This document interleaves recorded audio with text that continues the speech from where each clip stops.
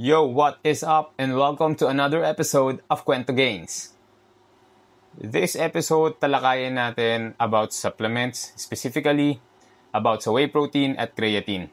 Marami kasi nagtatanong, marami nagko-comment, marami nagme-message about that. Kaya itong episode na to ay para sa inyo.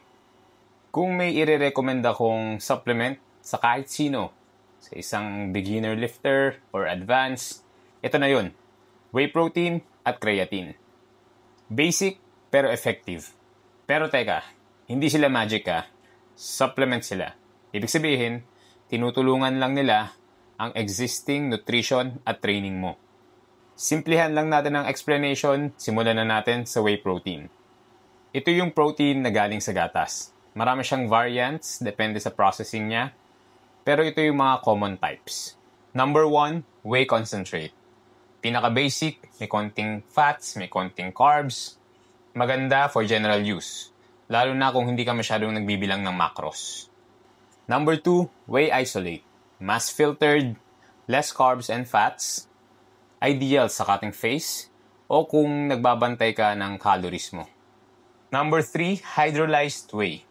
Pre-digested, pinakamabilis ma-absorb. Magandang post-workout, lalo na kung priority mo agad ang recovery. Number 4, whey blend. Combination ng concentrate, isolate, at minsan hydrolyzed. Good balance para sa mga naghahanap ng good value for money. May iba ginagamit ang whey protein as meal replacement, lalo na kung busy. Pero syempre, priority pa rin dapat ang solid meals. Next, creatine monohydrate. Most researched supplement in the world. Proven to help with strength, power output, and muscle gains. Pero alam nyo ba, na pati sa cognitive function, napapaganda nito? May mga studies na nagpapakita na nakakatulong to sa focus, memory, at fatigue resistance.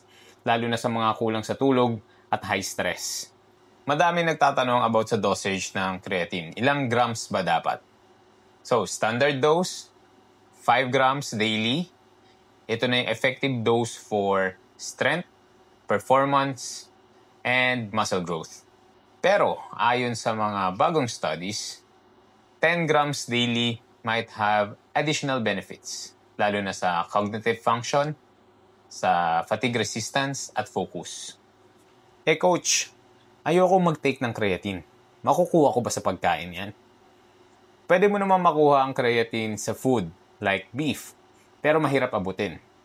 Para makakuha ka ng 5 grams ng creatine, kailangan mong kumain ng 1 kilogram ng beef araw-araw. Kaya dito pumapasok yung supplement. Mas practical at mas tipid. May mga nagtatanong din, creatine plus caffeine, pwede ba? May mga studies kasi dati na nagsasabi na baka mag-cancel out ang creatine at caffeine. Pero sa ngayon, walang solid evidence na harmful sila together. In fact, maraming athletes ang sabay iniinom ang creatine at pre-workout na may caffeine at wala silang nagiging problema. So ang bottom line, pwede silang pagsabayin. Pero kung sensitive ka sa caffeine, observe mo muna yung katawan mo. Bago natin tapusin ang episode na to, tatandaan nyo lagi. Supplement ang tawag sa kanila kasi sinusuportahan lang nila ang kulang. Kung pangit ang training mo, pangit ang tulog mo, lagi kang puyat, walang supplement na makakatulong sa'yo.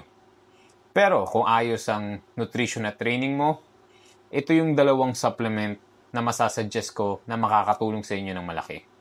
Whey protein at creatine. Basic na basic. May tanong ka pa ba about supplements? Comment down below. Baka yan na ang susunod nating topic dito sa Kwento Gains. Salamat sa panonood and always remember, kung gusto mo ng gains, alagaan mo muna yung base bago ka magdagdag ng kahit ano. This is Kwento Gains and I'm Coach Jesse. Keep grinding, keep pushing, keep learning. Peace out!